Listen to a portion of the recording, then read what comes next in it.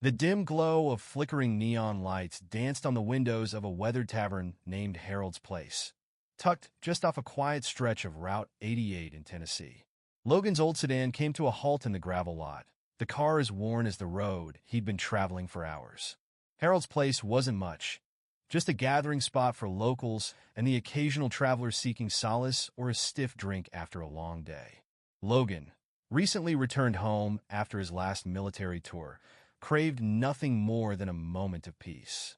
Life back in the civilian world was overwhelming, and this little bar seemed like a good escape. As he pushed open the heavy wooden door, the warm din of conversation and the twang of a Hank Williams song from an aging jukebox greeted him. He surveyed the room, noting the usual faces: a pair of elderly men engaged in a game of darts, a few friends sharing a laugh over a pitcher, and a solitary figure at the bar nursing a whiskey. Logan gravitated to a corner booth, his fatigues blending into the muted tones of the interior. The only thing that stood out was the scuffed running shoes on his feet, a practical choice over military boots that had seen their last days overseas. Logan ordered a soda, letting his thoughts drift to his family. His sister had been thrilled when he'd called, promising a home-cooked meal he could already imagine tasting. He smiled faintly at the thought of his nephew rushing to greet him. These memories were his sanctuary, until the bar's door slammed open with an abrupt force that silenced the room. A group of 5 men strode in, their leather jackets adorned with patches and emblems. They walked with the kind of swagger that demanded attention, their boisterous laughter echoing through the small space. Their leader, a tall man with graying hair and an imposing demeanor, glanced around and quickly locked eyes with Logan. The laughter quieted as the man whispered something to his group, prompting all of them to glance in Logan's direction. Logan chose to ignore them. He'd faced far greater threats in his life than stares and muttered comments. Still, he couldn't shake the feeling of being singled out. The group made their way to the bar, but it was clear from their sideways glances and hushed tones that Logan was the focus of their conversation. Minutes passed, the jukebox's hum filling the growing tension. The leader eventually pushed off his bar stool, signaling the others to follow as he walked toward Logan.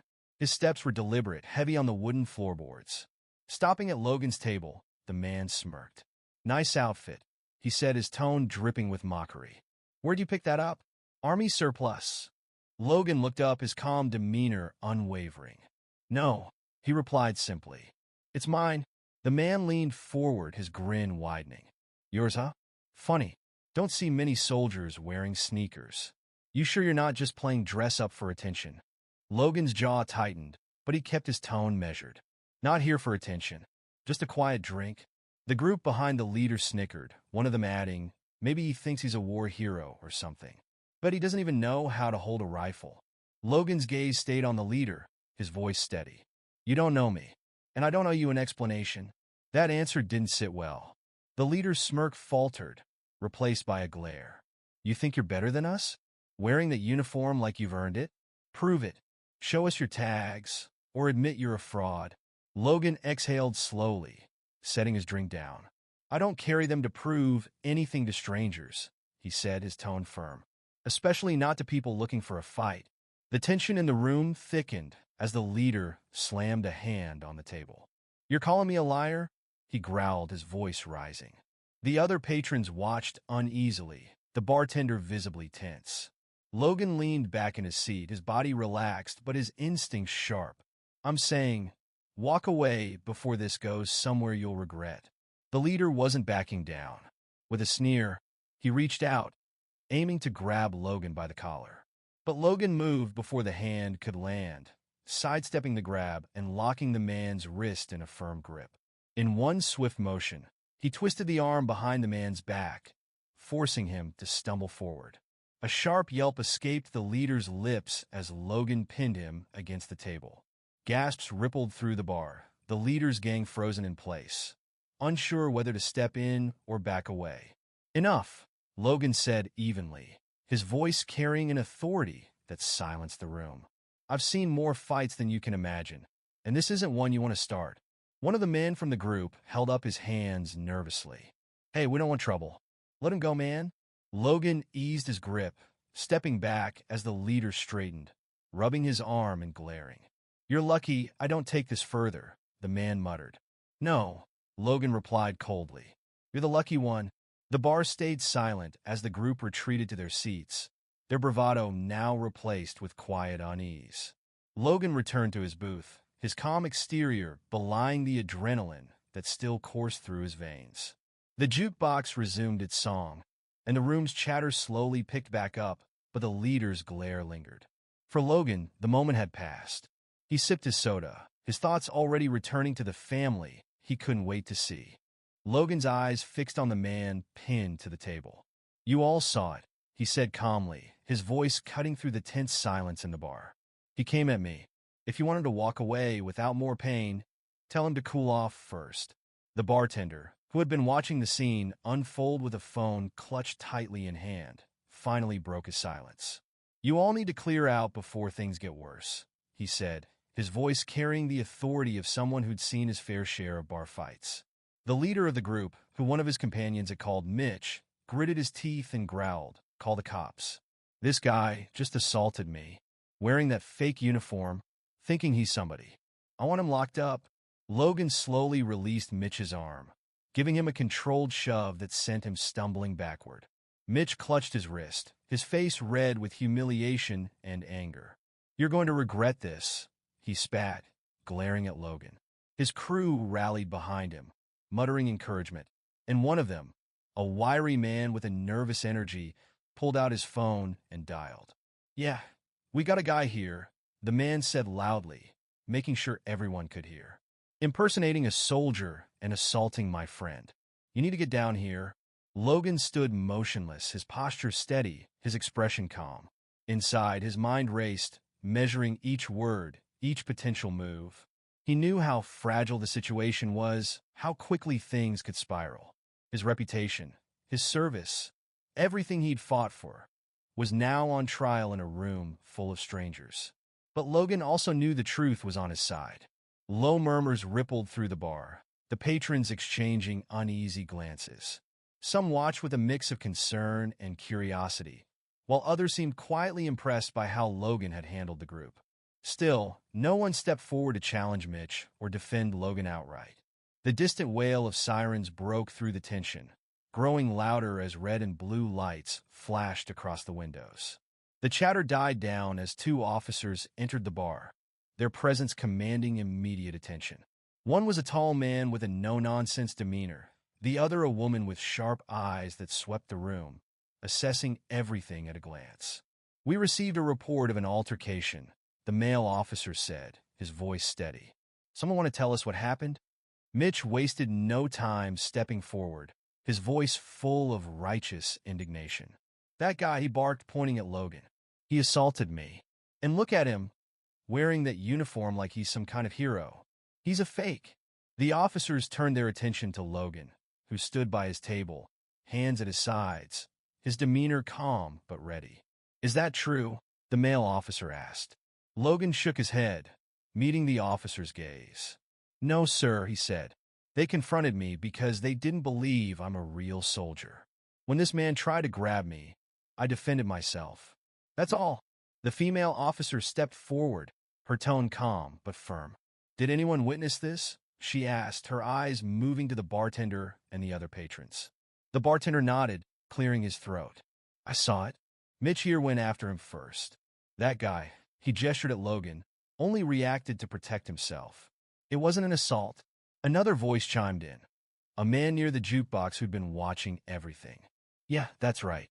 Mitch was spoiling for a fight the second he walked in. Soldier didn't start anything." The male officer looked back at Logan. "Do you have anything to verify your service?" he asked. Logan nodded and gestured toward his duffel bag by the table. "In my bag, I have my uniform with my name and rank along with my military ID. You're welcome to check." The officer retrieved the bag, pulling out the carefully folded uniform adorned with insignias and badges. After inspecting it briefly, he nodded to his partner, who confirmed its authenticity with a quiet glance. "It checks out," the male officer said, his tone shifting to one of respect. "Thank you for your cooperation." Mitch, still nursing his bruised ego, wasn't ready to concede. You're just going to take his word for it, he snapped. He could have faked all that. The female officer's sharp gaze silenced him. Enough, she said curtly. From what we've gathered, you instigated this, and you're lucky he's not pressing charges. I suggest you all leave before you make things worse. Mitch's bluster faltered, his face flushed with anger and embarrassment. His crew hesitated, exchanging uneasy glances, but ultimately followed Mitch's lead as he stomped toward the door, muttering curses under his breath. The officers turned back to Logan. Thank you for keeping your cool, the female officer said. We'll make sure the report reflects what actually happened. Logan gave a respectful nod. Appreciated, officer. As the police left, the bar's usual rhythm began to return. Patrons whispered among themselves, casting glances at Logan, not in judgment, but in quiet admiration. Logan sank back into his seat, the adrenaline still coursing through his veins. He took a deep breath and sipped his untouched drink, relieved that the situation hadn't spiraled further. A few days later, Logan was working on his rusted pickup truck in the driveway of his small home, just outside a sleepy Tennessee town.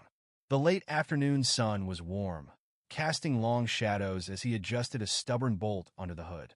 The bar incident lingered in his mind, not for the danger, but for the weight of being misunderstood. The rumble of a motorcycle pulled him from his thoughts. He wiped his hands and straightened, watching as a familiar face dismounted in his driveway. It was one of Mitch's crew, a wiry man Logan recalled as Garrett. Garrett hesitated before approaching, his leather jacket loose on his frame, his hands buried in his pockets. Logan, right? Garrett asked awkwardly. Logan gave a small nod, but said nothing, waiting. Garrett exhaled and stepped closer. I wanted to say I'm sorry about what happened the other night. I shouldn't have gone along with Mitch. Logan's expression remained neutral, though his curiosity piqued. Why now? He asked, his tone measured. Garrett looked down at the ground. Because it wasn't right. And because, well, the way you handled yourself made me think. I've seen a lot of bad stuff in my life, and I don't want to add to it anymore. Logan studied him for a moment, then nodded slowly. Apology accepted, but next time, stand up when you know something's wrong. Garrett nodded, relief washing over him. Thanks. I'll remember that. As Garrett rode away, Logan returned to his truck, the tension in his chest easing. Maybe the world didn't change overnight, but sometimes small moments of accountability mattered just as much as the big battles. As the sun dipped below the horizon, Logan wiped his hands on a rag and leaned against his truck, watching the road where Garrett had disappeared. The encounter left a quiet hope lingering in the air, a reminder that even small acts of courage, like showing up to apologize, could ripple into something greater. Logan had fought battles on distant soil, but moments like these showed him that the fight for understanding and decency was just as important here at home. With a faint smile, he turned back to his work, determined to face tomorrow with the same unwavering resolve.